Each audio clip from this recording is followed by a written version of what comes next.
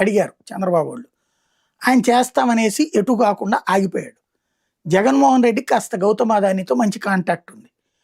అప్పుడు వాళ్ళు ఇచ్చిన భూమి కరెక్ట్గా లేదని చెప్తే నేను వేరే చోట భూమి ఇస్తాను, నువ్వు డేటా సెంటర్ ఒకటి పెడితే ఉపాధి రాదు. జగన్కి అవగాహన ఉంది దాని మీద పూర్తిగా. డేటా సెంటర్ ఒకటే పెడితే దాంతో ఉపాధి రాదు, దాంతోపాటు అనుబంధంగా టెక్ సెంటర్ కూడా పెట్టని చెప్పాడు. సరే అన్నాడు, భూమి ఇచ్చాడు ఇతను. అప్పుడు 2,000 కోట్ల రూపాయల విలువైన భూమిని 150 కోట్ల రూపాయలకి కట్టబెడుతున్నాడు, అదానికి దోచిపెడుతున్నాడు డేటా సెంటర్ పేరుతో అని రాసింది ఆంధ్రజ్యోతే, డిబేట్ చేసింది ఆంధ్రజ్యోతే. ఇప్పుడు అదానీ వాడికి ఇచ్చినటువంటి డేటా సెంటర్ని గూగుల్ వాడు అదానీతో ఒప్పందం చేసుకున్నాడు.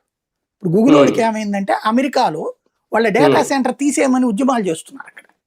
అక్కడ డేటా సెంటర్లు కొత్తగా పెట్టడానికి వీల్లేదని ఉద్యమాలు చేస్తున్నారు. ఎందుకంటే ఒక డేటా సెంటర్ పెట్టిన చోట విపరీతమైన వాటర్ కన్జంప్షన్ అవుతుంది, 1కి 3 రెట్లు అవుతుంది, భూగర్భ జలాలతో సహా లాగేస్తుంది అది. దాంతో పాటు కార్బన్ ఎమిషన్స్ ఎక్కువ ఉంటుంది, ప్రాబ్లం కర్బన ఉద్గారాలు వదలడం ఎక్కువ ఉంటుంది అనమాట దానికి. వాటికి గ్రీనరీ అన్ని విపరీతంగా కావాలి, అందుకే వైజాగ్ ఎంచుకుంది వాళ్ళు. వాటర్ కూడా మనకి పోలవరం కాలువల ద్వారా వెళ్తాయి అనమాట నీళ్లు, ఈ 2 ఉన్నాయి కాబట్టి అది ఎంచుకున్నారు వాళ్ళు. ప్రభుత్వం కూడా సిఫార్సు చేసింది, ఆ 2 చెప్తేనే వాళ్ళు కూడా ఒప్పుకుంది, చేసుకుంటుంది. అక్కడ నుంచి ఆ ట్రంప్ వాళ్ళని బాగా విసిగిస్తున్నాడు.